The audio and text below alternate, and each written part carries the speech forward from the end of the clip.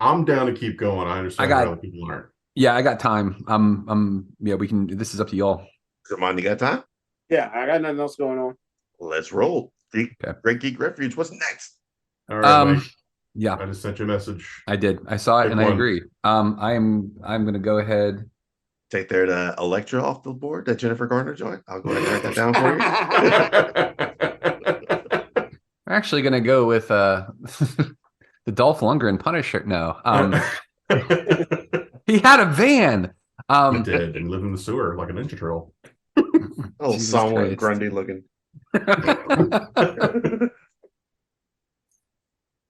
1989 was a Oh, badass movie for you. Just a badass movie year. It was fucking fantastic. It really was. Star Trek 5 was the shittiest movie that came out, and they all came out at the same time. Star Trek 5, Back to the Future 2, Indiana Jones and the Last Crusade, and Batman. yeah. Is this the best Batman movie? No, but it No, that is. was the other one on our list. Yes. The Batman.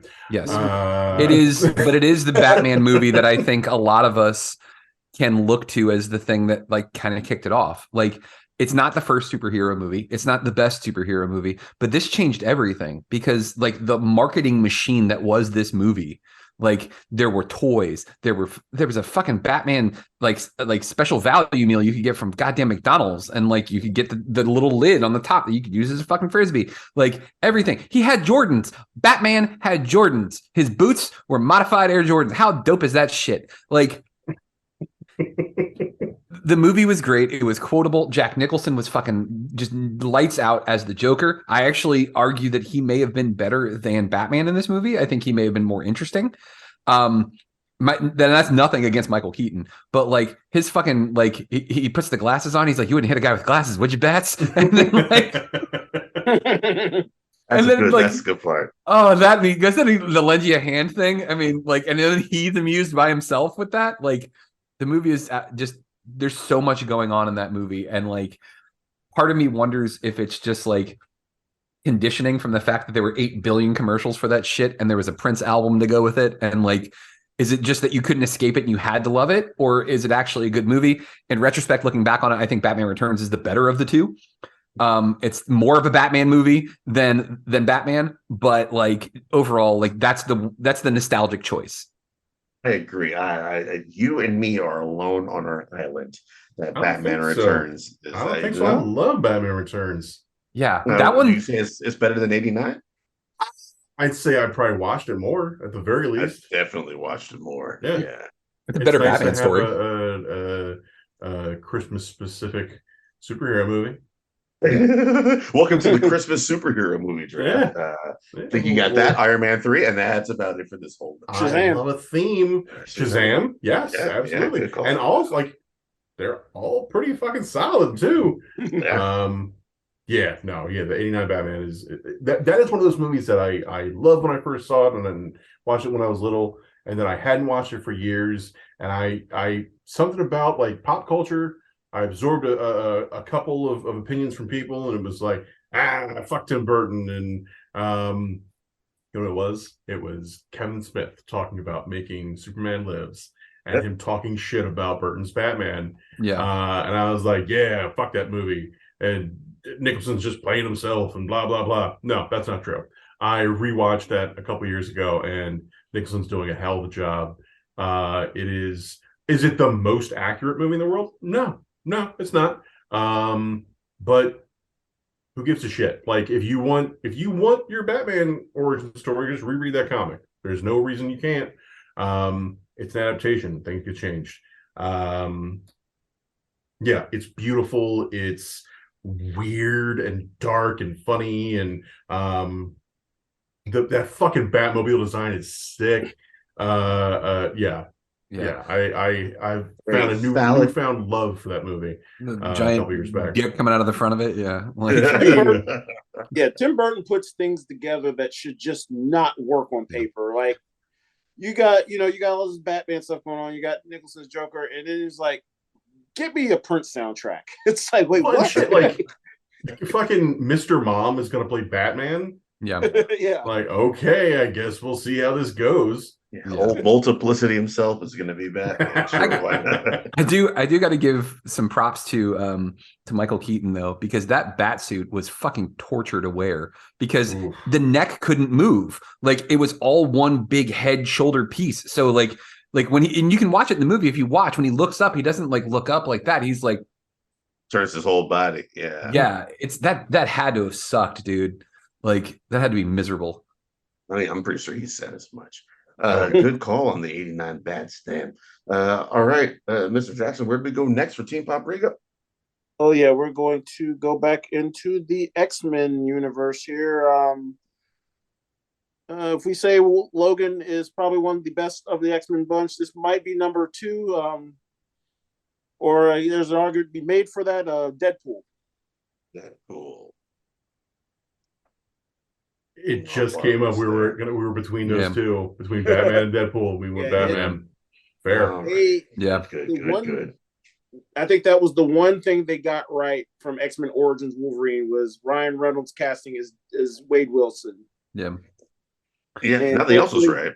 Yeah, thankfully they stuck with that and like ignored everything else. Yeah, we get the leak in 2014 of the Deadpool visuals and whatnot. That shit was so cool. Like it was. Are we all on the same page that Ryan Reynolds is the one who leaked it? Yes. Oh yeah, absolutely. Yeah. He admitted absolutely. it. He admitted it. If I remember correctly. Yeah. You get the previs thing. Oh yeah, all that. Yeah. All right. Good. He's one. You know what? This is the yin to my Scott Pilgrim yang. Deadpool fanboys are the fucking worst. I cannot stand Deadpool fanboys. They drive me nuts. Oh, he's so random. Shut the fuck up. Like, but I love this goddamn movie. And I didn't want to because I hate Deadpool because of the people. But like Ryan Reynolds was so good.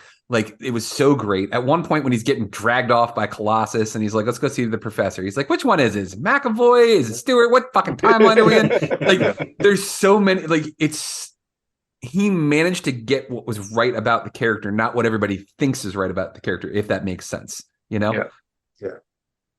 I think he knows the character probably better than a good number of writers. Looking at you, Jerry Duggan. It's then Brian Posey. It's a great movie. It's one of those ones that I'm like, it's okay, and then I watch it like every 4 years. I'm like, fuck, this is better than I thought it was, and then like 3 years later, I'm like, it's okay. And then I watch it again, and I'm like, fuck, I'm wrong again. I love everything about that. Villain, weak as fuck with Ajax. Oh, yeah. This is all Deadpool story.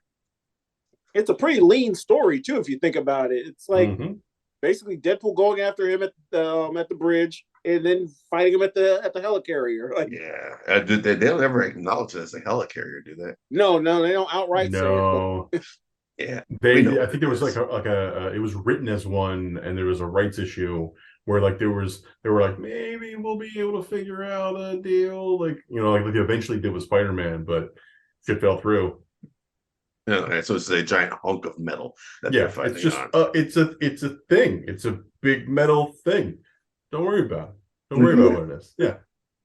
Shout out to Miranda Baccarat, the most down girlfriend there is in all of no shit. Yeah. Great montage.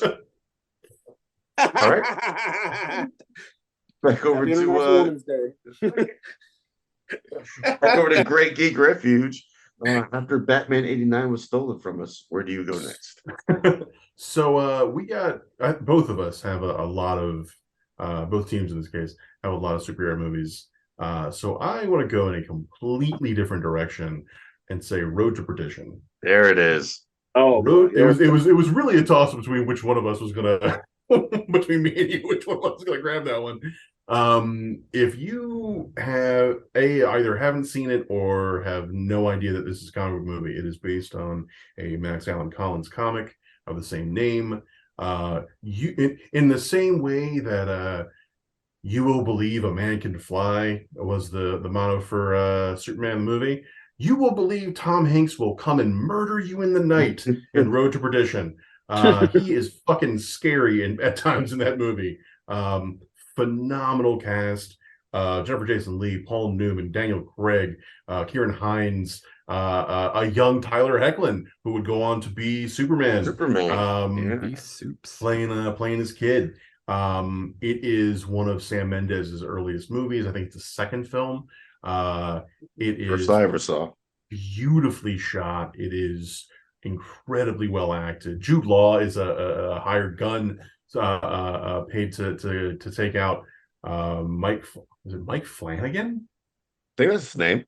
Yeah, it's the same name as the director. Yeah. That's funny. But yeah, it's fucking Lone Wolf and Cub. It's a father and son story of the two of them on the run from the Irish mob after not even a hit, just an outright murder. Daniel Craig being as Weasley as you've ever seen him be in a movie. Yeah, if you haven't seen this, it is well worth your time, and I highly recommend it. Mike Sullivan, Mike Flanagan. Mike Sullivan, yes. Yeah. Yes. Not the first Sully he would play. No. Ramon, have you seen Road to Perdition?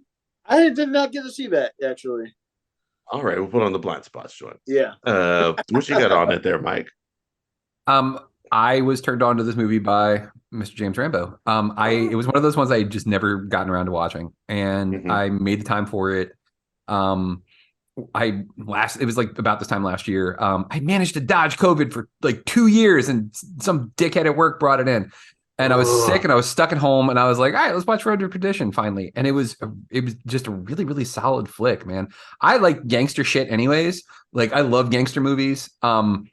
It scratched that itch. Plus seeing Tom Hanks play a heavy as opposed to like, I love funny Tom Hanks. Funny Tom Hanks just always makes me laugh. He's like America's dad, but like just seeing him a little frightening was awesome. And yeah, it was nice seeing like Soups, young Soups as a boy, as Tom Hanks Jr. So yeah, great Weasley as fuck, both Jude Law and Daniel Craig.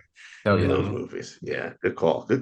All right, over to Poprika. Listen, if y'all are going off the beaten path and taking non-superhero shit, we're gonna follow suit, man. We're gonna take a more recentist type joint. We're going for Atomic Blonde. You motherfucker. I was literally looking that up right now to be sure what comic it was. Oh, man. Well done. Well played. I do believe it was adapted from The Coldest Winter? The Coldest City. Coldest City. Yeah. Man.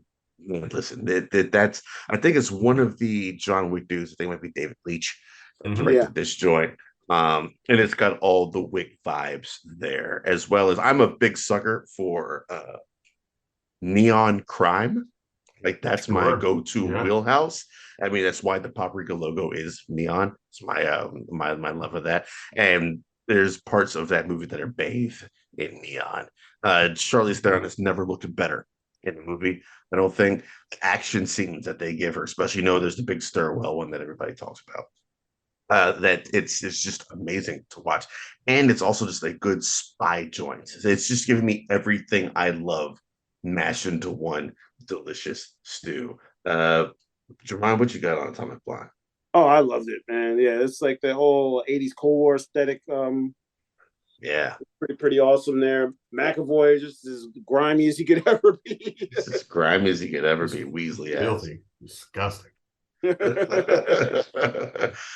great rewatch. I have it on my list of movies to rewatch because I'm working on the 100 best action movies list to kick off at the beginning of next year. So I have to rewatch that to figure out where that's going to fall. Here's a hint: it's going to be high as fuck on that list. Mike, what you got on Atomic Blonde? What's the list that you called it? The blind spot list? Yeah, I haven't gotten a chance to see it yet. Yeah. Oh yeah, do yourself a favor, sir. Do yourself a favor. Atomic Blonde is a good action movie. It's a good spy movie. It's a good crime movie. It's one of those that's kind of every genre that's working in works in well, I would say. Rambo, do you want to talk about it real quick before we transition back over to you guys? Fuck you, man. Like it literally had the tab open, was looking at, trying to learn exactly what comic it was. No, man, I enjoy the shit out of that movie. I think it's a little too complicated for its own good in terms of its plot. It gets a little like, this is what happened. Actually, this is what happened. Actually, this is what happened. You're like, all right, fucking chill. Just Look, I get that there's a lot happening here. But yeah, it's beautiful. It's you rarely get to see women in that those kind of like action sequences, just kicking nine kinds of ass, um and showing the damage from it too. Like, the sequence with the ice bath, like she is hurt. She is covered in bruises. And you get to see her just like, badass James Bond, just, uh, uh, breaking hearts left and right and taking names and shit. It's fucking great. And yeah, you like you said, from the John Wick creators, yeah, rock solid movie. Rock Great solid choice, Daryl. Hey, you're quite welcome, my friend. You're quite welcome. Over to you guys, Team Great Geek Refuge. Mike, you want to take this one? I do. Thank you, James. There's not many movies that you get to enjoy seeing a baby penis. However, I think I can handle this one if you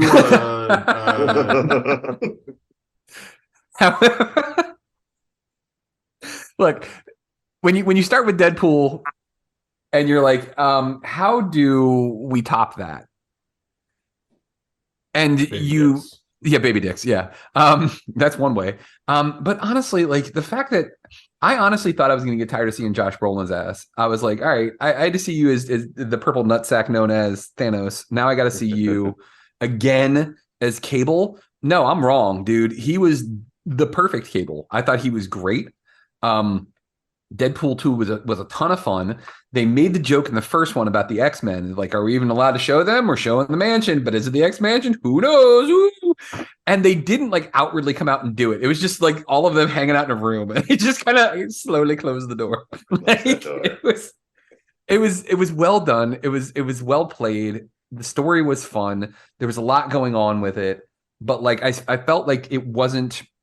They didn't fall into the trap of like, hey, look, this is a guy called Cable, but he's nothing like the character Cable. Like, you got to see that. And like the fucking X-Force shit they did was so funny. Like, oh my God. it was so funny. And like just the Juggernaut shit was, and like the fact that Ryan Reynolds played Juggernaut as well, like is just, yeah. Oh, a ton of fun. Again, like a character that like is oftentimes insufferable because of the fanboys who love him. But like they have nailed these movies. They really, really have. And this is one of those ones that like I've gone back to a couple of times. The fucking kid-friendly version they have with Fred Savage is so goddamn funny too. Forgot the Christmas joint that they did. Yeah, I never did check that out. Watch that. Yeah, it's pretty enjoyable. It's pretty enjoyable. Jermone, you got anything on Deadpool 2 real quick fast? Oh man, just hilarious. Like everything that was funny, about the first one, they probably got to amplify that in the second. Like I just remember that one gag where they're back in Blind House in the apartment, and he looks up that little panel on the floor, and you see like the cocaine and the cure for blindness in there. Come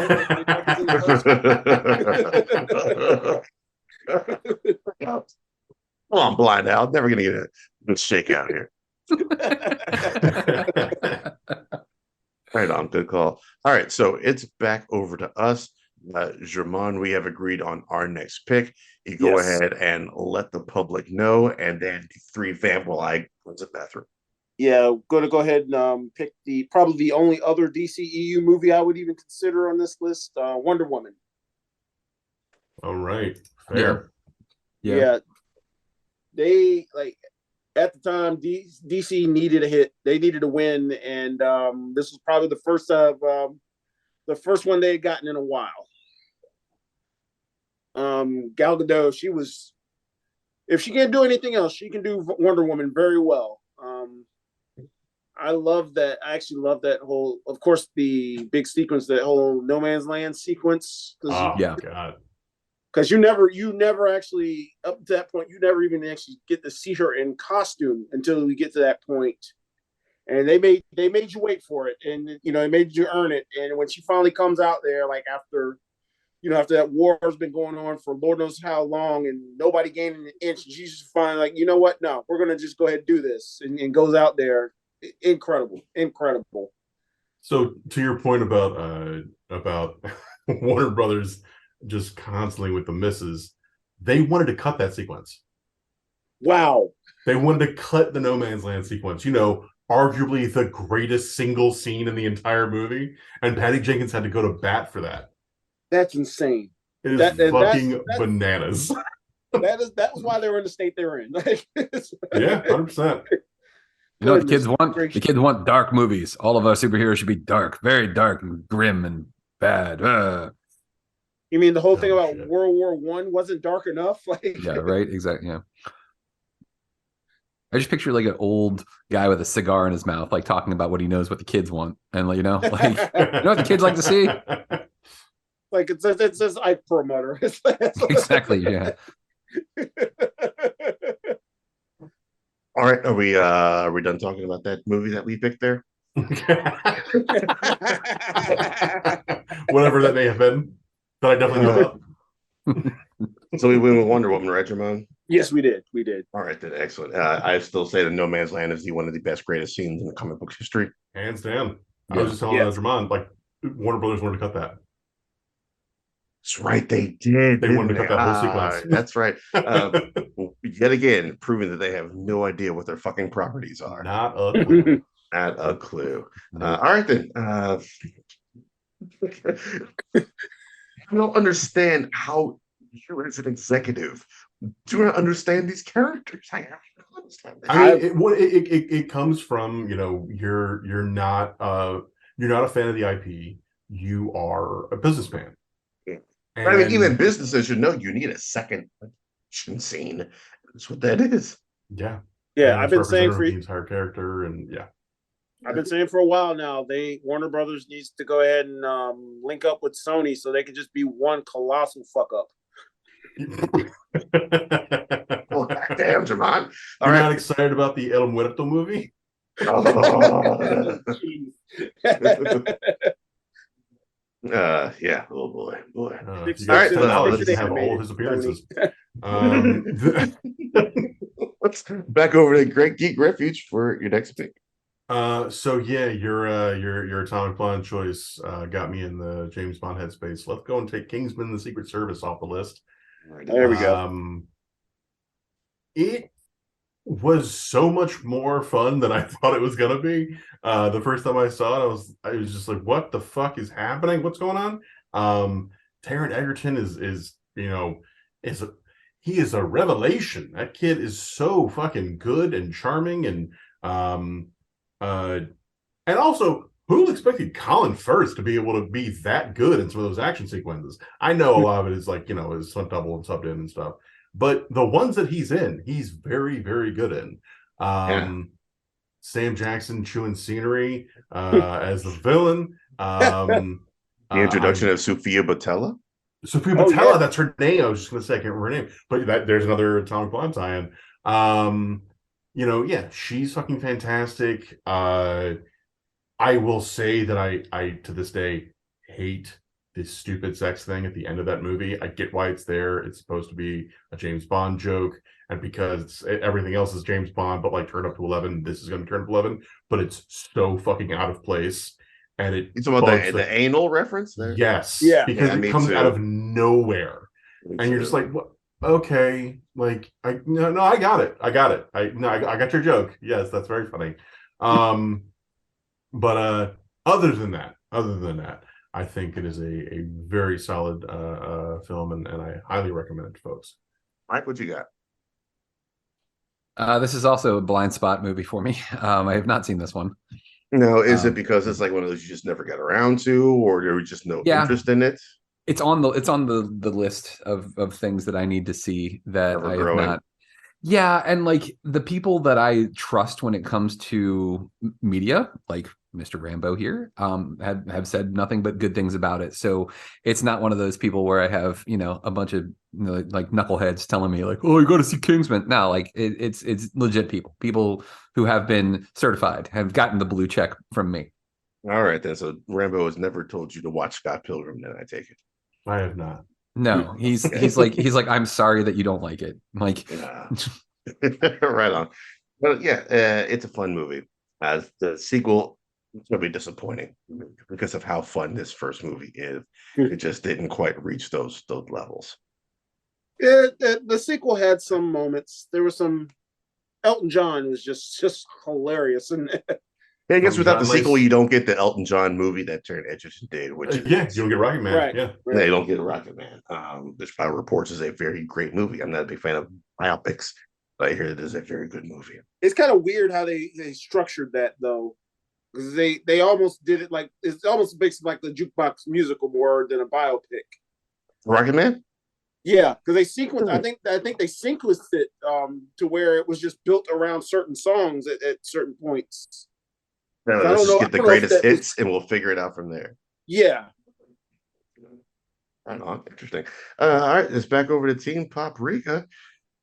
All right, Jermone. Now, do you want to go ahead and take that? I think we should. I think we should get that off of there. Yeah, let's go ahead and get it before they grab it. Yeah. We're going to go ahead and take Spider-Man No Way Home. Ah, that's a rock solid choice. Yeah. Let's hope so. It is number 7 on my list of MCU movies. I love this movie, man. And, you know, despite the fact that the other spiders showing up got spoiled for everybody, it's still a solid movie. Like the spiders got spoiled, so Aunt May dying to be kept secrets. Like if one had to be sacrificed for the other, I'm okay with that. Willem Dafoe turns in an amazing performance as the Green Goblin.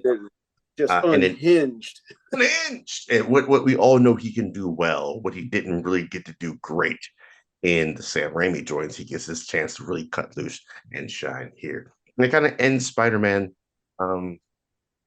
where most of your public knows him as a broke loner with little in the way of support. Like people love seeing like Spider-Man never succeeding in life. And I count myself amongst their number. So yeah, it's interesting to see how he navigates from here. I mean, it comes up in the new Spider-Verse. You know, you got to have that element of tragedy. You got to have that Parker luck. Right. The Parker luck. Yeah. It's just like Superior Spider-Man. Like when Octavius was taking over for him, he set him up with his own company, you know, selling his tech and all this stuff. And so then when Peter comes back, they have to strip him of everything. It's like lost his company, everything. I was like, damn. Like, yeah, catch a break. Man can't catch a fucking break in Parker Industries. I can't catch a break. What was I gonna say? I had a thought and I lost it. Mike, what you got for No Way? There's so many great scenes in this movie, but frankly, my favorite is the 3 Spider-Men just bullshitting with each other on the Capture of Liberty. They're just like I love it so much because like at one point Garfield is like shitting on himself and like McGuire's just not having it. He's like, "No, man, don't do the negative self-talk, dude." And like I love that. And like just these frank conversations that they're having. And he's like, yeah, I'm gonna I just lost his name. Jesus Christ. Tom Holland is like, yeah, I'm an Avenger. And they're like, what is that? Like a rock band? Like, that's so cool. Yeah. Like I love their interactions with each other. Oh, I've been to space and like, oh, I fought a weird black goo monster. Like it's yeah, like guy in a rhino suit. That sounds cool. It's not as cool as it sounds. Like, I love that moment when Andrew Garfield's Spider-Man like ends up catching MJ and like that one moment where he just breaks down. I was like, man, I was in my feels there. Like, yeah, when she looks at him and asks like, "Are you okay?" It's like that I wasn't expecting tears in that movie. Like at that point, the spiders have been spoiled for us. So that was whatever. And I kind of thought it'd be cool if he got some redemption for his character by saving a falling MJ. But actually seeing it, I was not expecting to be as overwhelmed as I was. Same. Absolutely. And the I mean, just the idea of, taking those characters and just kind of extrapolating where they end up based on where they were.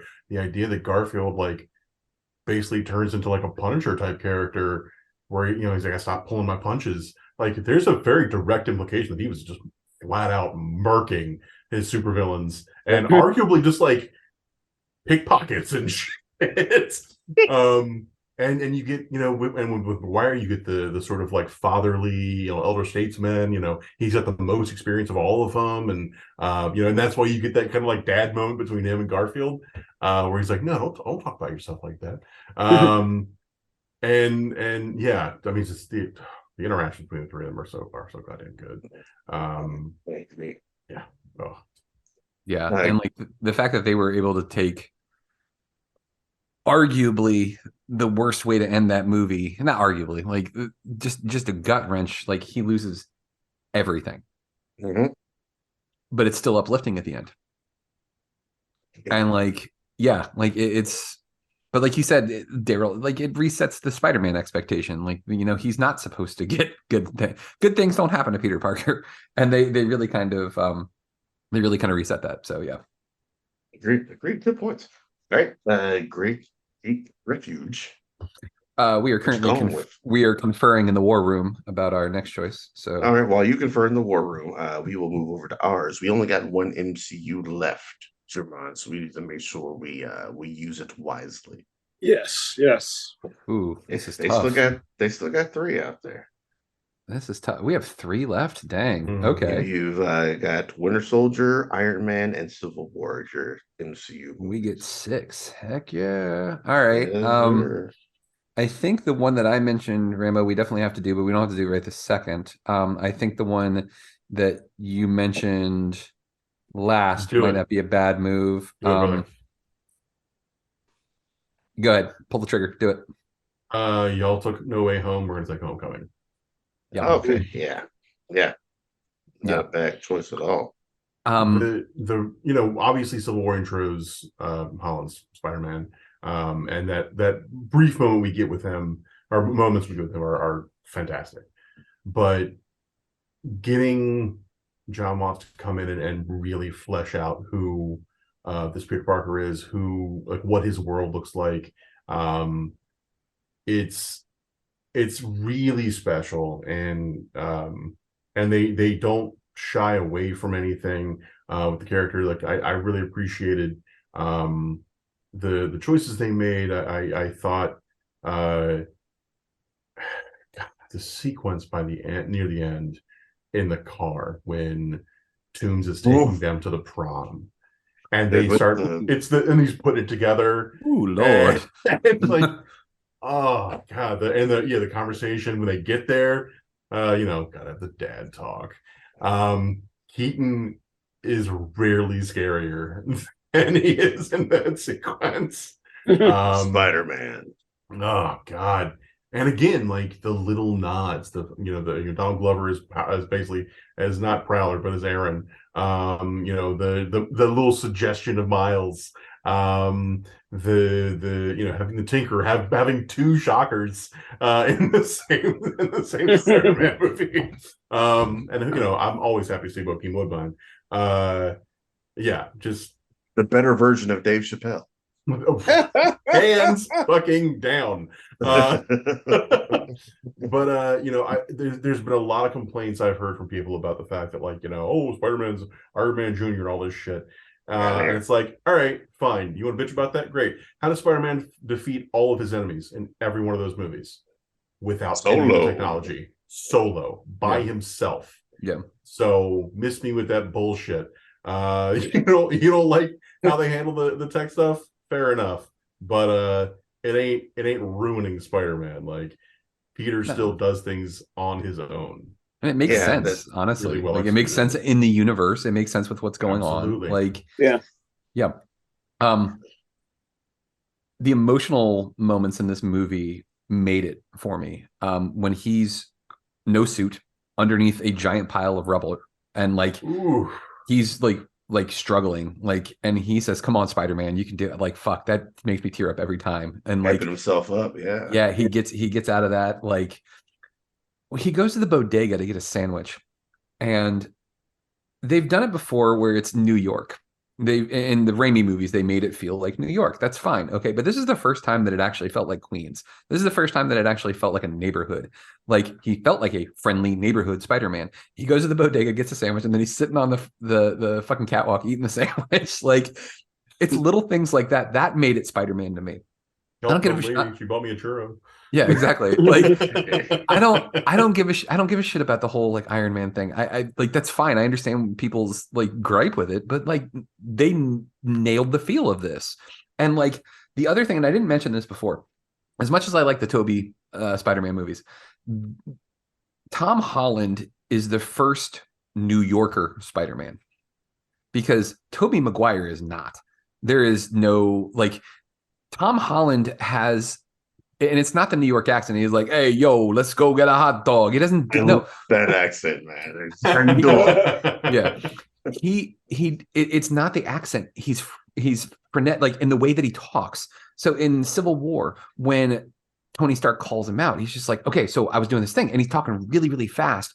And if you know people from New York, that's the way they talk, fast paced. They're moving a mile a minute, and if you can't keep up with them, that's your problem, not theirs. That's he managed to nail that. And like that's not something a lot of people pay attention to. And like this Spider-Man has like I loved his interactions when he's stuck in the warehouse and he's like talking to was it Friday that he was talking to? The AI in his suit. Karen, his computer wife. Karen, yeah. Which is a fucking SpongeBob reference. His computer wife. That's great. Like, I didn't even realize that.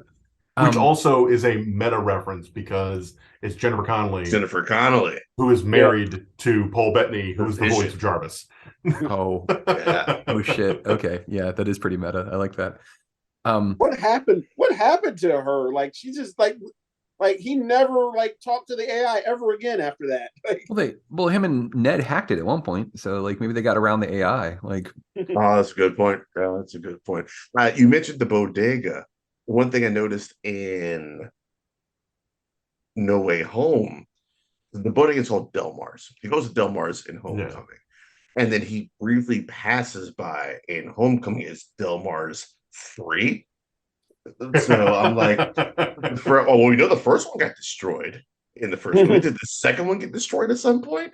And we're on the third one now. Like this poor Mr. Del Mar just keeps trying to have his bodega business and Spider-Man antics. Keep fucking it up. I'm on J. Jonah Jameson's side. We need to he's a menace. He's a menace. Get this kid out of here. Yep. Having him as a podcaster, I do believe, is a great like modern day touch as well for J. Jonah. They did that. They did that in the Spider-Man game. Yes, you get updates as you're swinging through with J. Jonah Jameson. And shout out to that voice actor who sounds just like Simmons. Yeah, J.K. Simmons. Yeah. All right, it's back over to Team Poprika. Did we agree on our next? Yeah. Yeah. I think we're gonna go with that one. Yeah. Let's go ahead and take Constantine off the board here. Oh. God damn it. Oh. That's like an underrated classic, man. Absolutely. Yeah. On paper, like it felt like it shouldn't have worked. It's like Keanu Reeves, like what? It's like. But they got it down, man. I really enjoyed that movie. Yeah, it's a little bit occulty, a little bit supernatural, man. Yeah, and of course, as briefly as he was in there, Peter Stormare as Lucifer. The best, shit. So the good. Best Lucifer. So good. I want to just give a quick shout out to the fact that we get to watch Gavin Rossdale, lead singer of Bush, get the doors beat off of him. Like that was fucking satisfying. Did he hit him with some brass knuckles or something like that? Oh, he did. They're all holy brass knuckles. The fucking holy brass knuckles, and just working him. I want to believe. I want to believe in a religion just to believe that the holy brass knuckles actually exists. Oh yeah, no, I have no issue with Gavin Rossdale and Bush. Like 90s music is my jam, anyways. But just in general, like he's a pretty boy. Like you look at him, he's one of those guys where you're just like, fuck, you're a good singer and you're beautiful and you're married to Gwen Stefani. I fucking hate you. And I had that theory. I had that theory for Sin City 2. when they cast Joseph Gordon-Levitt. I was like, he's too pretty. They're going to fuck him in this movie, and they fucked him in that movie, and it was so satisfying to watch. What do y'all have on Constantine? It's I still remember people who will bitch about that shit now about Keanu Reeves is not John Constantine, and Reeves knocks it out of the park. He does a great job. Like, is he Alan Moore's Constantine? Excuse me, Constantine? No, he's not. Absolutely not. But that it was a smart move to uproot it and move it from like London to LA. I like the cut of the movie that is a little darker and is a little more just more cynical, I guess. But yeah, I enjoy the hell out of that movie. It was definitely like high up on, like, when I put the list together initially, like I think that was number 4 in terms of the movies I was just listing. Yeah, that's an excellent choice. Yeah, well done, bravo. You sons of bitches. We will take that title with pride. And shout out to Sandman's Joanna Constantine, who was great. Yes. Yeah, she was good. That dope ass trench coat she's rocking all over. Oh man. And yeah, her performance is fucking incredible. Like, from the first line. Like, when she got hold of that first scene, she comes in and she's like, "You fucked something up, didn't you?" It's just so mad. Nailed the character immediately. Yes, absolutely. All right, over to the Great Geek Refuge. 5 picks left, fellas. 5 picks left. Want to throw another curveball. Originally appearing in the Archie comics, Josie and the Pussycats is wow. Yeah. Josie and the Pussycats is one of the funniest, smartest, sharpest satires I've ever seen. There is product placement in literally every scene of that movie, and I don't believe any of those companies paid to be there. It is, from the ground up, incredibly funny, incredibly witty. One of the best performances Tara Reid ever gave. Low bar to clear. It's a low bar to clear, but she still cleared it. It's the music is all really great. A great cast too, man. Rachel Lee Cook. You get Rosario Dawson. Parker Posey makes her really, really good. Parker Posey and oh god. Yeah, it's so much fun. It's really funny, and like, if you if you watch it when you were younger, and you just had a good time with this movie, definitely revisit it, because it is smart and biting satire, like we just rarely get to see. I'm going to hope that the producers and owners of the Josie and Pussycats franchise listen to this next plea when I say hashtag release the Jabberjaw cut.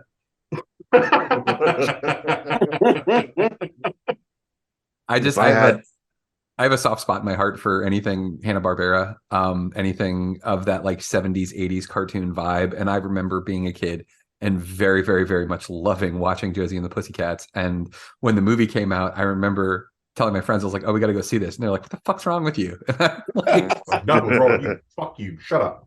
Goddamn when I was stationed at Fort Meade, Arbor that I would go to on Fort Meade, I had Hanna-Barbera on loop instantly. And he just bought like the giant DVD box sets, and he would just slam it. So he'd show up at like 3 o'clock after work for a haircut. Then we would just sit there and watch cartoons until like 5:30. Man, dude, I to this day, when I have the additional funds to do it, I still want to get an El Kabong tattoo. Just like him fucking swinging with like guitar in hand, ready to just crack somebody upside the dome. Like, Jermone, did you ever check out Josie and the Pussycats? I did, yeah. Like, because I think a friend of mine told me about it. Like, because of course, initially I wrote it off as this, like, this is whatever, like adaptation or whatever. And then I watched it and realized oh, wait a minute, this is actually pretty smart. Like, this is like some shit going on in this movie. Call on Josie. That wasn't even on our lists. Good call, you sneaky fucks. What we're here for. All right, it's back over to us. Yes. Now you made your suggestion, Jermone. I just want to say, are you sure about this? It's a gamble, but I think I think that person might have a little bit of poison on. Actually, shit, both directors have a little poison on. yeah, Ooh. yeah. But you think yours is going to get more votes? I think so. I think so. Okay, all right then, go for it. All right, I'm going to go ahead and this is our final. This is our last MCU pick. Last MCU pick. Yes, our last MCU pick. Easily the best out of this character series. Thor Ragnarok. That is an excellent choice. Yeah. Yes, That is definitely on our list. Well done. Thank you. Thor Ragnarok. Completely. Let's talk about it. Yeah, completely reinvigorated that franchise. Thor was okay. Dark World, The less said, the better. World. Yes. Ugh. But yeah, Ragnarok, and thankfully, this was kind of the lesson learned by Marvel Studios is to let these directors do their thing. Like you hire Taika Waititi to make a Taika Waititi movie, and he did just that. Like it was, there were moments that were just so over the top and ridiculous, and it's just. I remember just howling the entire way through it at certain points. Yeah, I think probably like I'm thinking that scene where Banner is jumping out of the plane, like the callback to the Incredible Hulk, and he just hits with a thud. It's just like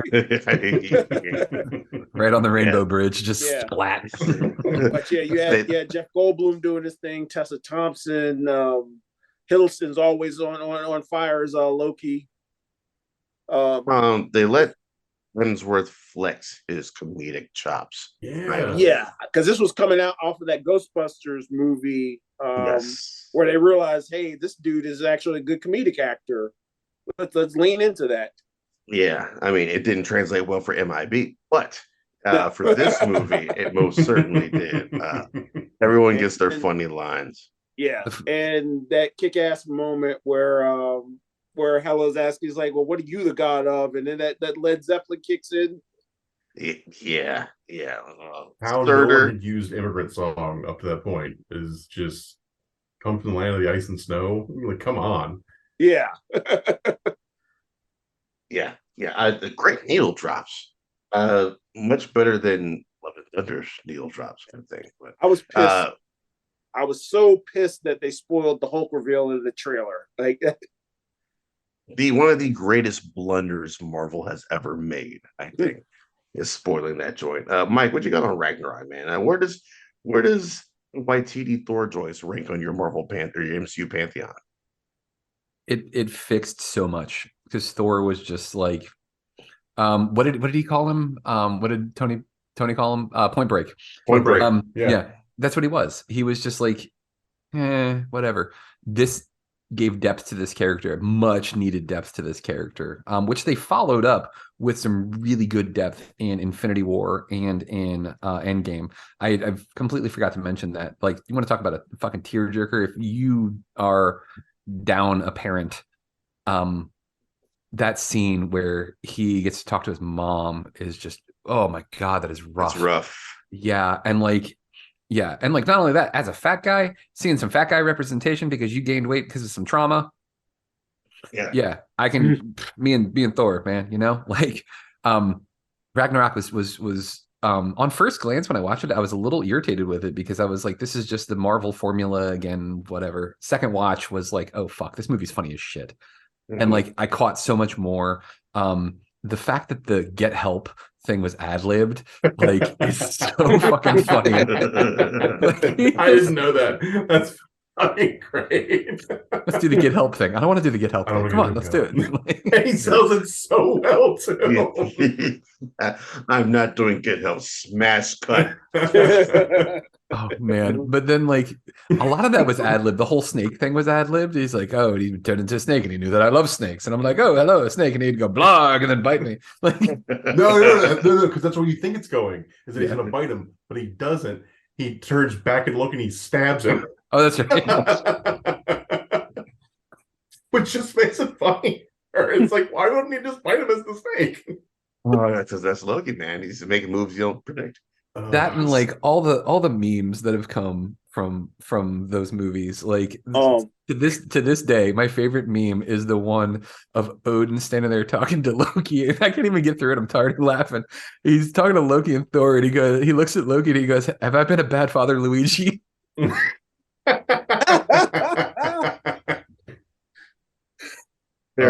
of my favorite lines is like, "Piss off, Ghost." You have brought that up on so many podcasts. I'm glad you got to. Wolf.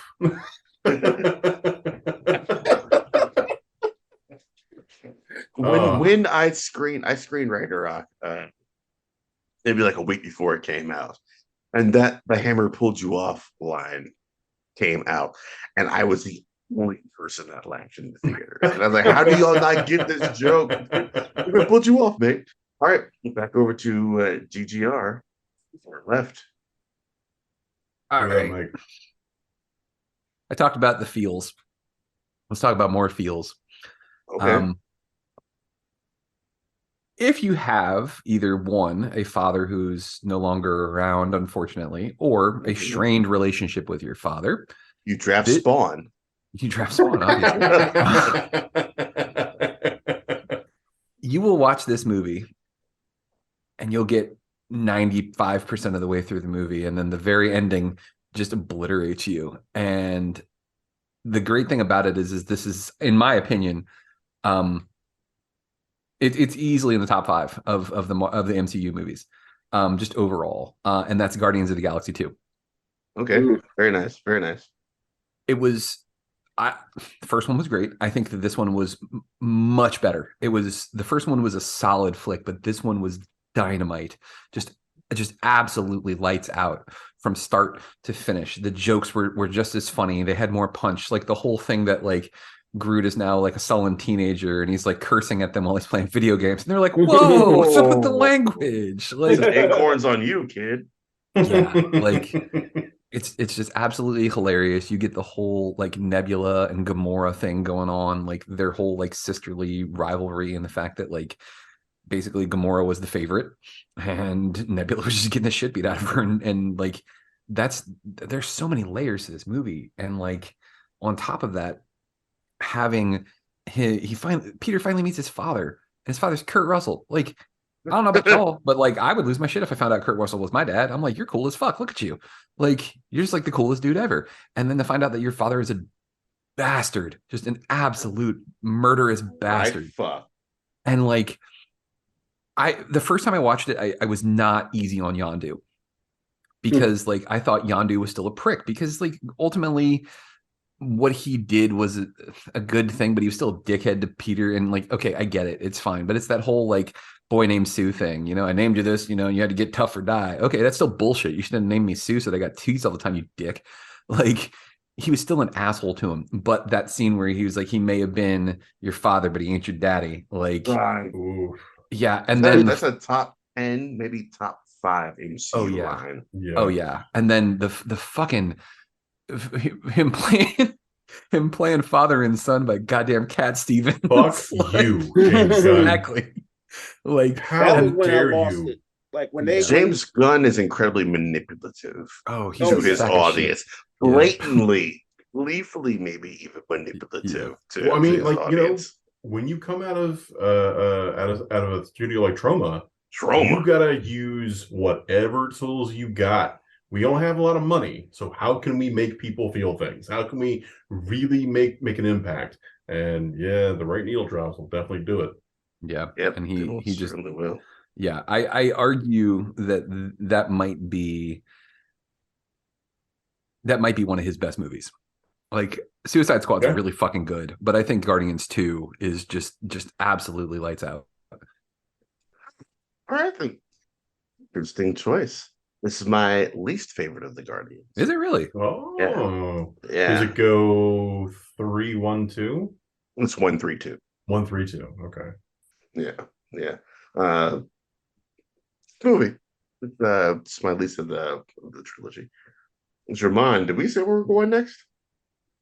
Yeah, I think you had which one did?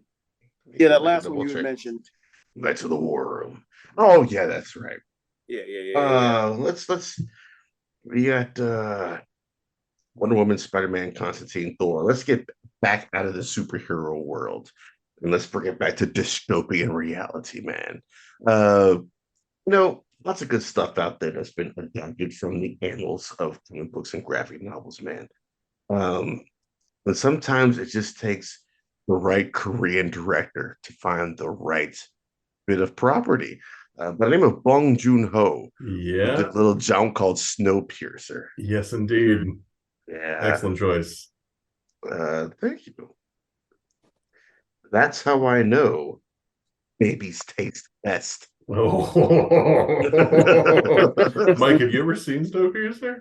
I have not. That is a But line delivered by Oh, one Chris Evans. the Yes. line. If you are unfamiliar with the premise of Snowpiercer, it's a dystopian hellscape where something environmentally is fucked up. The world is in a constant winter, and the residents of a train that consistently run a track over and over and over. And on this train track of cars, each car from front to bottom is class structure. It's a class war. So back of the oh, class is your poverty. Front of the class is your rich elite. And at the beginning of the movie, the back has fucking had it. So it's as they advance car to car and they see all the wonderful things they've missed out on, it becomes more and more apparent that the more and more apparent it becomes that these things exist, the more and more evil the bad guy is. Played by, is that Ed Harris, right? Ed Harris, yes. Yes. Yeah, it's And Ed Harris. yeah, Tilda Swinton is chewing scenery like a motherfucker in that movie as the like his right hand, basically. That's right. So amongst your cast, you get Chris Evans is there. Tilda Swinton is on the role of the bad guys because Tilda Swinton's fucking everywhere, even though I don't like her. And you get some. Really? I've never been a Tilda Swinton fan. She's owned by A24 at this point. That's true, yeah. But I am We've not a Tilda Swinton fan at not a all. fan. We've picked two Tilda Swinton movies. Wait, let me go back and double check this. What Tilda Swinton movies have we picked? Snowpiercer and Constantine. Yeah. Oh yeah, you got Yeah. Constantine was my first Tilda Swinton. I was like, what's this? She's interesting. And the more I saw her, more I'm like, I'm not feeling it. I get the John stick. I'm Hurt. like, I don't care for it. I don't care for the androgynous. I want to be this generation's David Bowie shtick that she does. Like that like you're just so obviously ripping off of someone else. That's what I don't like about it. But yeah, Snowpiercer, John Hurt, Jamie Bell, Octavia Spencer's in there as well. Allison Allison Pill shows Pill. up again. Yeah. Yes, we love our Allison Pill here on Poprika, man. Go ahead and check that out, Mike, when you get the chance. Jamon, you got something on it real quick? Um, I because I remember watching it on Netflix a few years ago, and It was on Netflix for a while. yeah, blown away. Like I kept hearing good things about it, so I was like, let me go ahead and finally sit down and watch this, and I was like, yeah, this is the business here. It spawned a TV show on Netflix that lasted 3 seasons. Yeah, I never So watched the show. Jennifer Connelly again. Jennifer Connelly, yeah. Yeah, And David David Diggs. yeah. I think it was like Hamilton, and then he went to the Snowpiercer. If I got that shit correct. Yeah, so it's good shit in there. Go ahead and check that out, Mike, when you get a chance. yes, Over sir. to GGR. We want to lean in that unexpected choices direction one more time. I would say of his movies, this one is probably my favorite. I think the second one's pretty good, but the first one is definitely the best. Men in Black is our next choice. Hysterically funny. Barry Sonnenfeld does not get the flowers he deserves. That man does some really impressive comedy. His stuff, and I him and Brian Fuller make a lot of sense in terms of like why they get work and then why that work dries up, because so much of their stuff is is all tailor made. Like there's not a lot of set reusing. There's not a lot of borrowing from other places. Yep. But yeah, really like Tommy Lee Jones getting to be like genuinely funny straight man. Uh, super weird, fun makeup shit with Vincent D'Onofrio, and just a genuinely good time. Like there's never a time that I see that movie and I'm unhappy to see it. Also, Linda Fiorentino can do whatever she wants. I will happily watch. Like I'll listen to that when we read the phone book. Yeah, Men in Black.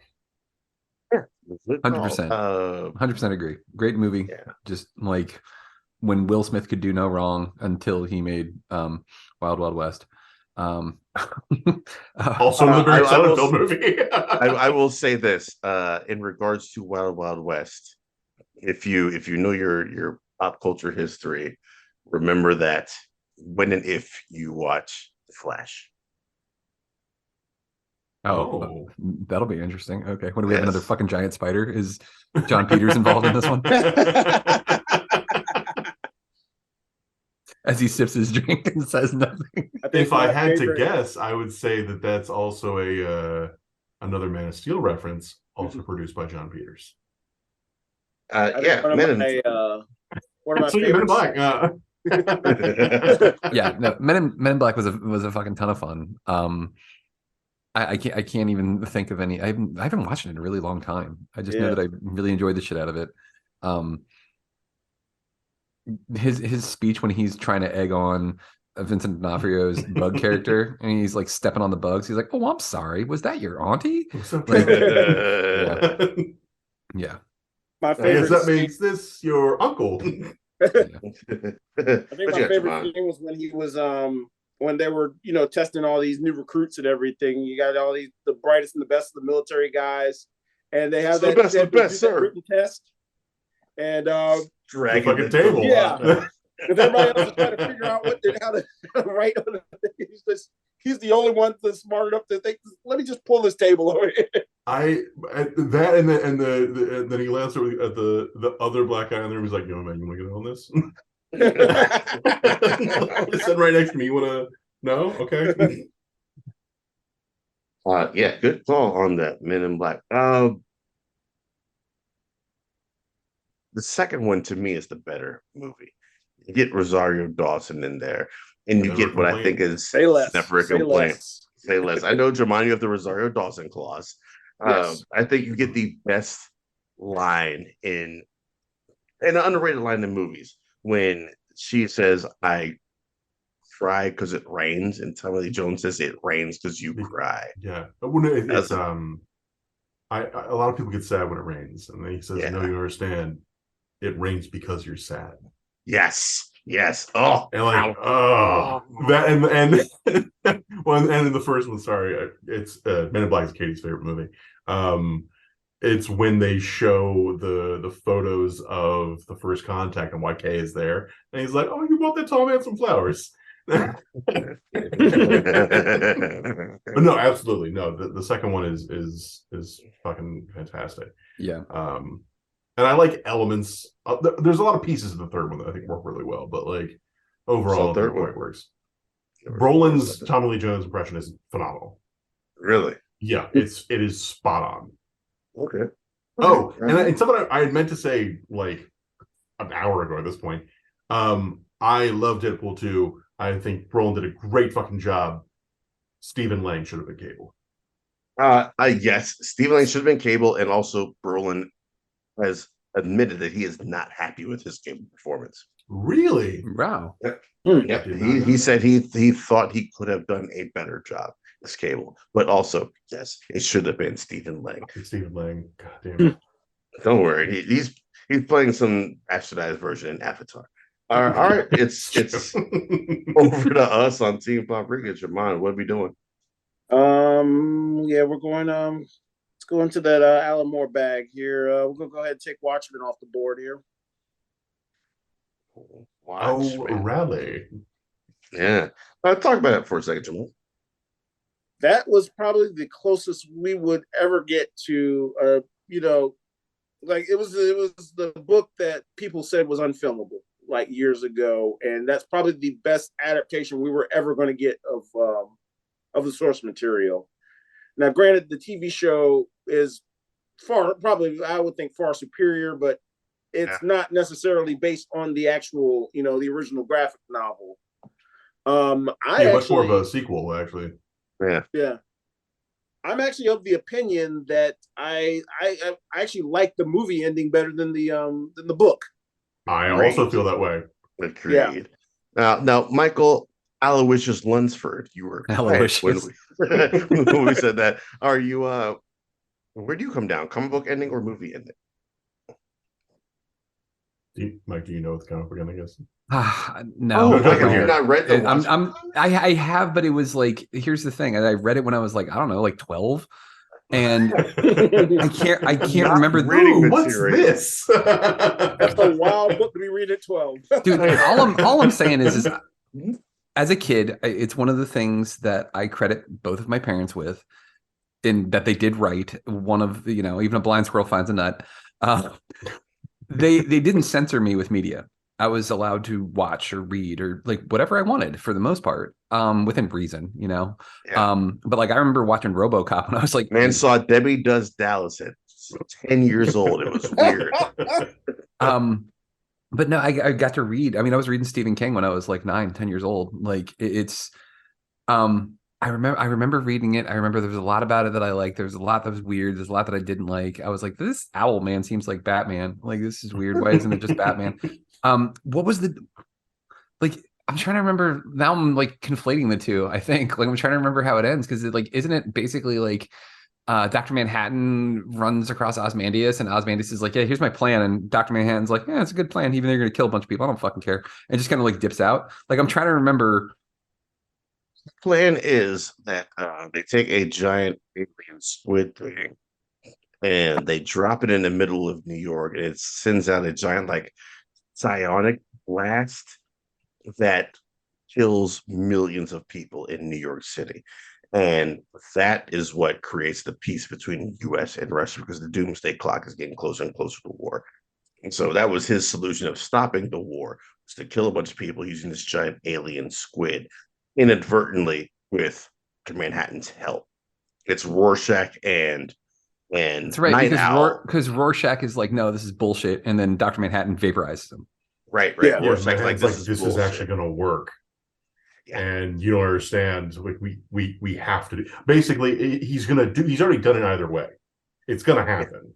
And if we reveal that it was a put on, then all these people died for nothing. It's going to unravel everything. Yeah. It's going to. So you have all those deaths on our hands, and you have us still going to war. So you can't say anything. And both Rorschach and him come to the same conclusion at the same time, which is, I'm going to say something, so just kill me. And that's in the movie Rorschach takes him out. Yeah, in the movie, it's not a giant alien squid; it's a bomb, which makes a lot more sense, because Russia comes to their aid to try to figure out who made the bomb and all that kind of good stuff. But the bomb, good. Yeah, I was gonna say the bomb.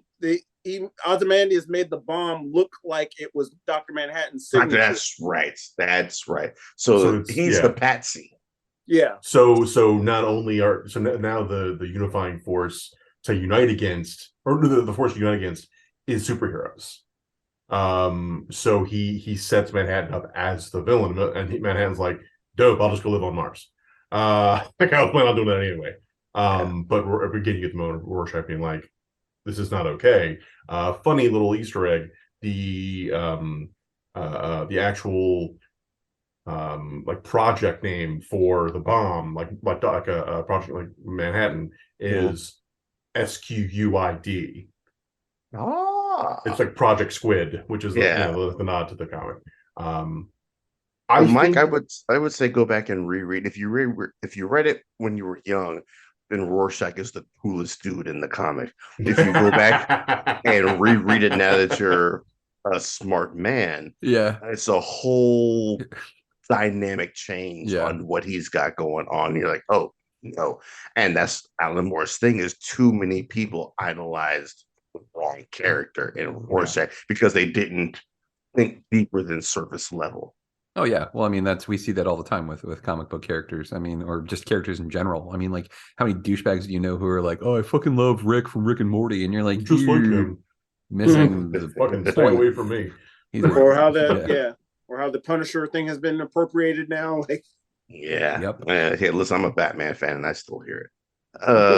All right, with enough prep time. Great Geek Refuge. What is your penultimate selection?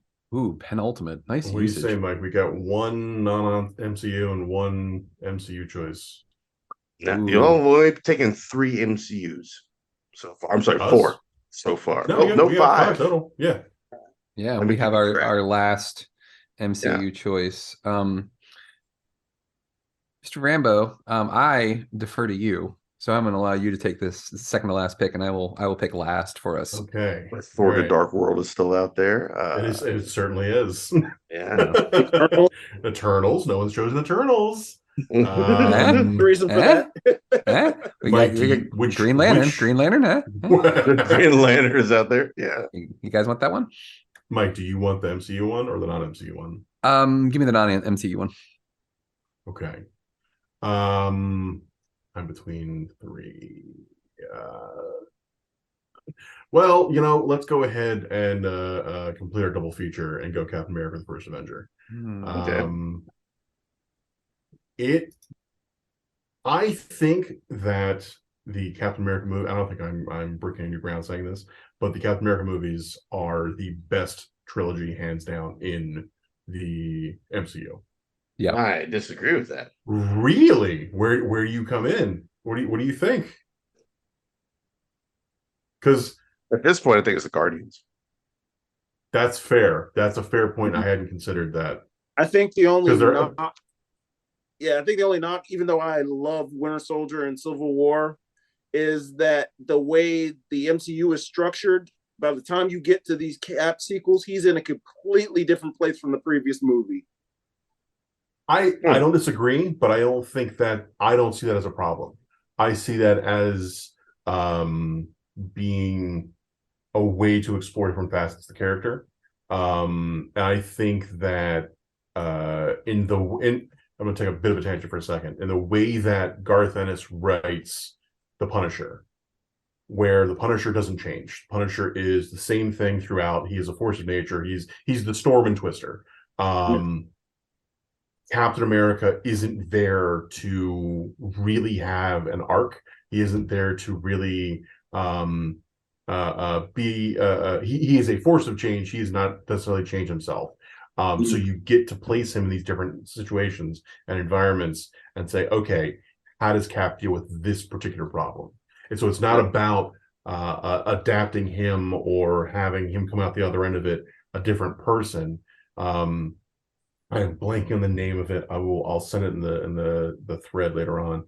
But there's a great video that actually, Mike, it might have been you that sent it to me about how because the very valid criticism of Civil War being like Avengers 2.5, about how it undercuts that and dissects that and says like, no, this is a Captain America movie and here's why. So I appreciate the way that they approach certain things, but like for me, like the first Avenger, it was like, oh, this is an Indiana Jones movie starring Captain America and Red Skull. That's awesome. Like, fuck yeah, let's do this. Like I remember seeing that costume the first time. You're like, oh yes, that is the correct way to do that. And then you get that horrible fucking design in Avengers. That just looks unpleasant. Like everything about it doesn't work. Yeah, but it's because I also think Joss Whedon didn't know how to write for Captain America. Oh, hard disagree. Like I think, I mean, I will absolutely agree that I think that he's writing a very particular version of Captain America, but I don't think that I mean, like, don't get me wrong, Joss Whedon's a piece of shit.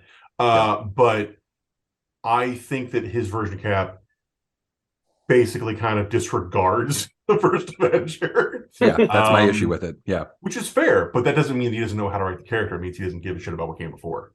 Those are different things. Yeah, all right, I'll take it. Anyway, very true. It's Indiana Jones movie starring Captain and Red Skull. Hugo Weaving is so fucking good as Red Skull. And I understand why he didn't come back anymore. He's like, this is very silly, and that makeup wasn't comfortable. But the fact that he was doing a Werner Herzog impression, and that's where he got his German accent from. Hilarious. Which is that's why he says things like "wow, curries." I would like to see the baby. I'm selling my home so I can move to Orlando to be closer to Disney World. We have a running thing on at the diner where Rambo and I just go back and forth with our fucking dueling Werner Herzog impersonation. Dueling bad Herzogs. I'm still one of the things I'm still proudest of from Poprika is when there was a thread that was going on back and forth about terrible castings in superhero adaptations, and one of mine was Werner Herzog as Superman, and I am very proud of that writing because I wrote out a monologue for him. Anyway, Evans just absolutely killing it as the character. Funny enough, when Whedon was hired to take on Avengers, he got to take a second pass at the Captain America script, and so that's why a ton of the little Easter eggs that are in there, like the Human Torch being at the World's Fair, stuff like that. All right, Whedon. Like I said, he's a piece of shit, but he's also a nerd and a writer. I really enjoy the movie. It's a lot of fun, and as it should have. It gave us a new avenue to explore with the MCU, particularly after Iron Man. Yeah. It didn't break the mold. It followed the same kind of ideas, but I think it really set things up well. It is my favorite. It's the whole not the best movie, but it's my favorite movie. I love Captain America. I mean, I mentioned at the beginning when we were talking about like what that character means to me.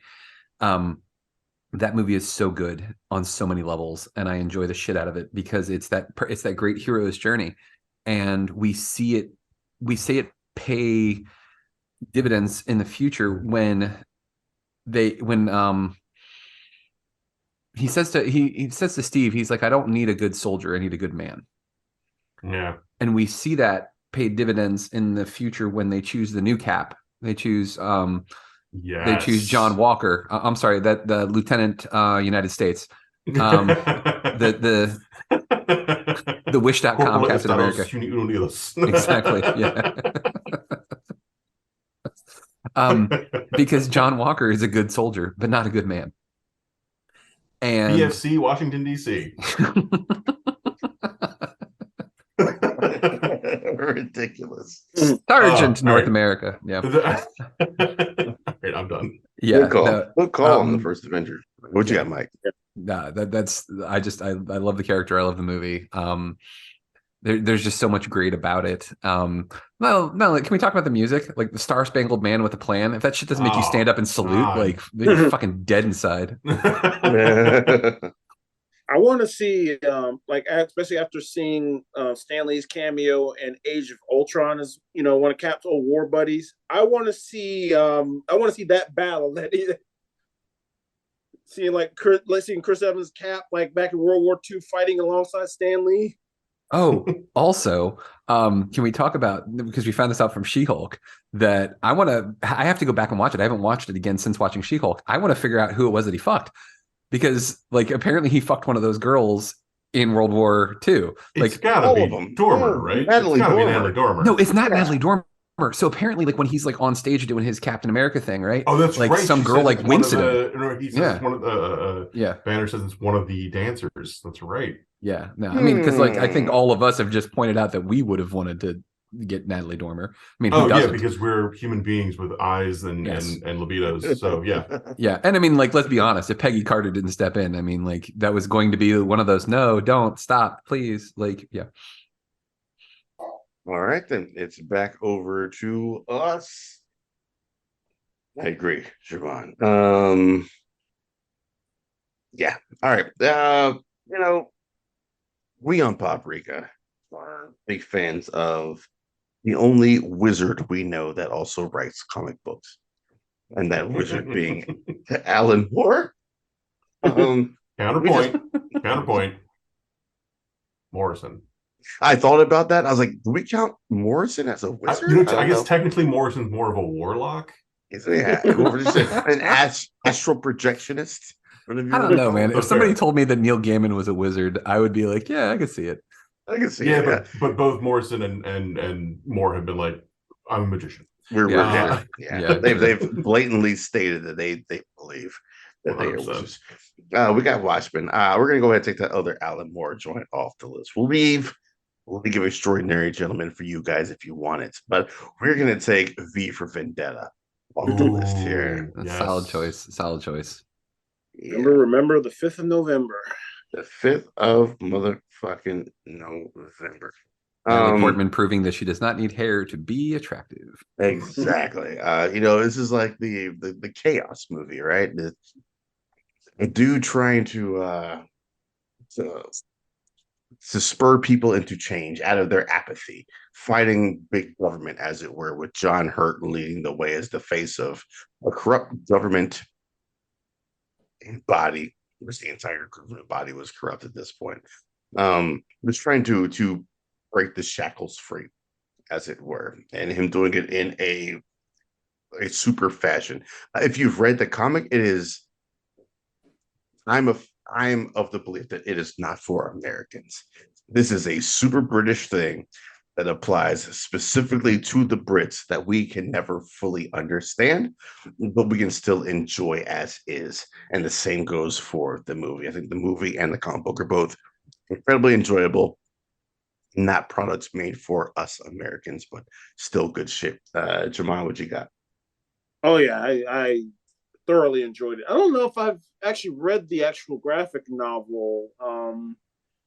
So and sometimes it's good to actually go into some of these movies cold, just so you're not doing those constant comparisons. And yeah, I really enjoyed it. Like the fact that Hugo Weaving was able to do that level of acting with his face completely covered the entire time. Right. It's face covered, voice muffled, and he still managed to knock it out of the park. Mike James, you got anything on V for Vendetta? As a history nerd, like what the comic book's great, the movie's great. Like I always think of the Guy Fawkes stuff, and it's so, like you said, it's not an American thing, but like the Guy Fawkes thing, like he tried to blow up Parliament, didn't work out, and then they tortured the shit out of him until he signed a confession. So much so that if you see his signature on the confession, it's like this, like shaky the whole way, because he just gotten beaten and tortured forever. So like watching this and then seeing that happen essentially was just like, oh wow, they really okay. They really beat the shit out of this dude. that's what we doing. Okay. No, just a solid flick. I personally don't ascribe to the altar of Alan Moore. He kind of bugs me in general. I just think that like I feel like he would be one of those people that like he would fart and everybody would be like, oh, and he'd be like, no, it doesn't stink. No, it's glorious. Love it. And like, there's just something about Alan Moore, man. Like he just rubs me the wrong way. Yeah. And like, he's got a creep factor, dude. Like he's written some real creepy shit. Like he just like, that's a dude who loves a rape scene. He does. Hey, if you ever want to ruin Captain Hook for yourself, read some Alan Moore shit. Fucking Lost Girls it doesn't work as porn. It doesn't work as a comic very well. It's just a failure across the board. She is ugly. It took like 15 years to make. Brando was very it's like into it was like writing his own porn, dude. It's just gross. Like, oh, this shit's hot.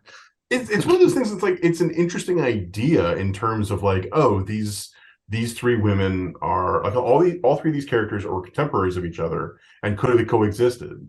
And so there ends up being this kind of like mother maiden crone thing between the three of them. It's a cool concept, but it's just like it for me, it feels more like a very cleverly written like Red Shoe Diaries episode. Like it's Shout out to David Duchovny.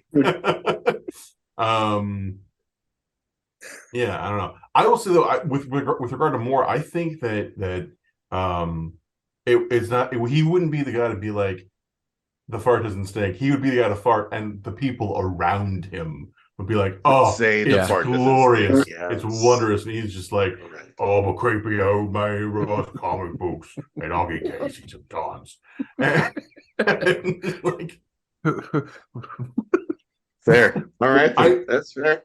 Fucking fun fact about V for Vendetta: Poor James Purefoy, he was cast as V and worked on that movie for about 2 or 3 weeks worth of shooting, and then they recast to get Hugo Weaving in. So some of those scenes, it's actually Purefoy in the suit doing the physical acting, and they just dubbed over him.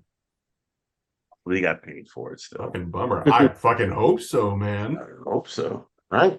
Speaking of hopes. It is your last pick, fellas. What are you doing? Where are you going? We're all out of MCUs. Where were you? No, we got our last MCU in the last pick. We are currently discussing this because we could make a choice that would be it's like a ceremonial pick because, frankly, like it's just an underrepresented on this list superhero, but that's not because there's a bunch of good movies out there for the superhero. In fact, most of them suck. My favorite of the movies is the one people tend to hate the most. Yeah. Darkman 3 died. Darkman died. Supposed to be a Shadow movie and they couldn't get the rights. Yeah. You guys figure it out quick. I have a decision. We're gonna do. I have the one that we're gonna do. I'm gonna. This is not the pick, but let me be clear. Superman has not been represented on this list at all, and it is a fucking shame because he is my favorite character. If done right, he is amazing. I think the Christopher Reeve Superman is the best movie version we've seen.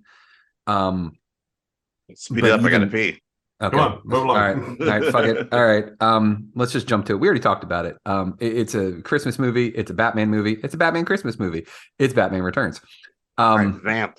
Yeah. It is. If you've read the comics, if you've watched the animated series, if you know Batman, you watch this movie. This is a Batman movie. The first Batman movie is not. It's just a Tim Burton thing. But then if you do the research and you find out what was going on, there was so much studio interference in the first one that like he was really handcuffed in what he could and what he couldn't do. However, with Batman Returns, he was like, get John Peters the fuck off my set. So Peters wasn't involved in it with the second one. And he was able to really make the movie that he wanted to. And honestly, it's a good fucking Batman movie. Like not just a good movie, a good Batman movie. And like, you get character depth with Bruce Wayne. You get a relationship between him and Selena Kyle. Like, there's so much going on here. The Penguin. First off, when I watched this shit as a kid, I didn't notice that the Penguin was kind of a fucking creep. And like, he's just like he's like staring at women, and he's just gross and nasty, and like he's just like consuming fish, just destroying fish. And real fish. Danny Vito actually ate that. He actually ate that fish. That is amazing. Fish. He ended up like when he tells the guy he's like there's not a lot of reflective surfaces in the sewer, and he's like at least my nose isn't gushing blood. And he's like, what does that mean? He bites him like fuck. Like yeah, solid dark humor in that movie. Just across the board, just a great flick. Plus, like the whole like Batman doesn't kill. He definitely put a bomb on that dude's chest and kicked him down a sewer, and then he blows up. He straight murdered people in that movie. Yeah, Burton's Batman kills a lot of people and aggressively. Oh yeah. The fucking Batmobile in the first one had machine guns on it. He blows up that factory. He blows up Ace Chemical, and there's at least 5 or 6 guys standing around it. Just see him like driving away, sipping a Coke. Because again, product placement. Sipping the Coke, being like, Batman doesn't kill. As like it continues to blow up and smolder and shit. She's Fun like, fact. see, he does kill. He does kill. Fun fact: the clown that steals the baby in Batman Returns, when you get the introduction of Penguin to the city, is the actor who plays Mac's dad on It's Always Sunny. Oh shit. Working act. Oh, that fucking movie is so great, dude. Like when he writes on his Batman stationery to the Penguin. Yes. Dear Penguin, I regret to inform you that the children will not be able to attend. Regards, Batman. Which do you think is the more obsessive Batman related thing in that movie? Is it the Bat stationery or the Penguin's recreation of the Batmobile into a toy, into a ride that he can actually pilot? The stationery is pretty simple, but it's in keeping with his whole theme. The Penguin definitely had arguments with the designer on that. Like the fabricator. Like there's no way there was not like argue like Kinkos for 30 minutes with the guy. Don't forget that Bat CD player that they had in the cave. Which like that's not how CDs work, man. It's not a record. DJ Batman. Yeah. DJ Batman. Shout out to Billy D. Williams in that movie as well. Sorry, time. Oh, all right. Oh, Billy D. Jermone, the last joint is yours, sir. Go ahead and take us home. Yes. Well, speaking of that one character that hadn't been represented on here, we'll go ahead and take one of his picks off of here. Probably the only one I would consider out of that group of movies. Superman 2.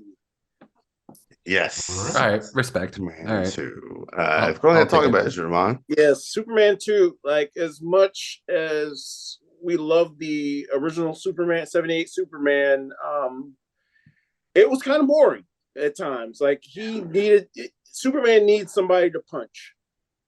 And we got that with the Phantom Zone criminals and Terrence Stamp as General Zod. Good Lord. That man was devouring scenery. He was. We had the classic kneel before Zod. Yeah. In there. We got Lois. And it's just, what's more terrifying than three villains with the same powers as Superman? Well, it's obviously a piece of saran wrap that is shaped like the Superman logo that he can throw from his chest. Terrifying. Is or Lois figures it out? Is it 2? What's that? No, it's in 2. That's why they have the magic kiss at the end. Yeah. 2 is where Lois. 2 gives Lois agency, and then it kind of fucks her in the very end there. She was trying the entire time. Yeah, because the entire time she was trying to figure out who Superman was, or she had the notion that Clark Kent was Superman, and it made sense because it's like, hell, she's an investigative reporter. Of course, you're not going to pull that shit on her. Put herself in moral peril just to confirm that that's Superman. Whoops! I fell off into the Niagara Falls. Oh no! Oh no! What's funny? It wasn't even that exposed him. It was him tripping over into the fireplace or whatever. Which I was like, wait a minute. If he was Superman this whole time, that means he probably did that on purpose. The whole like backstory with that movie and the fact that like the producers that were involved in it were like, this is too serious. We got to add some fucking jokes. So therefore, when he's fighting the trio, and he uses his super breath and it blows the guy's toupee off and shit. Oh yeah, they threw in like goofy sound effects and other dumb shit like that. And like Richard Donner. They had the guy on the roller skates and stuff. And yes, yeah. Yeah, well, there's some goofiness going on in there. Rambo, you wanna talk about it real quick before you wrap this up? Sure. I would say it is my second favorite of those Superman movies. I definitely dig it. I mean, Reeve is fucking phenomenal. Christopher Reeve is phenomenal in all of those movies. Even the very worst one, in Quest for Peace. I've never liked Margot Kidder's Lois Lane. I've never once liked her. What? Never once. I've always she dresses like a fucking school marm, and she's just kind of irritating in general. I don't know if y'all have seen it, but I've seen it shown it to everybody who'll watch it. Stockard Channing auditioned for Lois, and she's fucking perfect. Yeah. She is exactly what she needed. And there's a world where that movie exists, and it's better for it. But Stamp is great as Zod. Having him, Non, and Ursa there are really solid foils. Absolutely agree with what you said about what Jermone said about Superman needs to punch somebody, or at the very least give me more scenes where there's some kind of action happening. Like the fact that they cut out the sequence from the first movie of Superman trying to get to Lex's lair, and then the guns come out and shoot him, and he's just kind of very casually standing there. That's a great shot. That whole sequence is fantastic. They're like, nah, cutting room floor. You're out of your fucking minds. But I'm a Superman 3 movie guy. Like I love that movie so much. It's the most like a comic to it for me. Also the Superman. Most frightening too, because when the dude's sister gets turned into a fucking Borg. Yes, you basically get Brainiac at the end of it. You get a very comic booky like good Superman versus bad Superman sequence, or like Clark fighting his evil self, and like Dickhead Superman is just one of the funniest fucking things in the world. He's flicking peanuts at the mirror. That and like he just goes to the Olympics and waits until they're about to light the flame and just blows it out, goes and flies away. Like what an asshole. Doesn't he straighten the Leaning Tower? Exactly. Yes. Just a total dickhead. And like it took years for me to realize that that's Reeve in both roles. I was like, holy shit. That's such a good performance. Like I never realized it was him. Up there with what's his name? Tim voice of Superman in the second. Tim Daly. Tim Daly is the voice of Bizarro in the animated series. But yeah, no, Superman 2 is a great choice. I've never actually seen the Donner cut. Watch the Donner cut. Make some time for it. Yes, make some time for it. So here's the lists, man. Here's the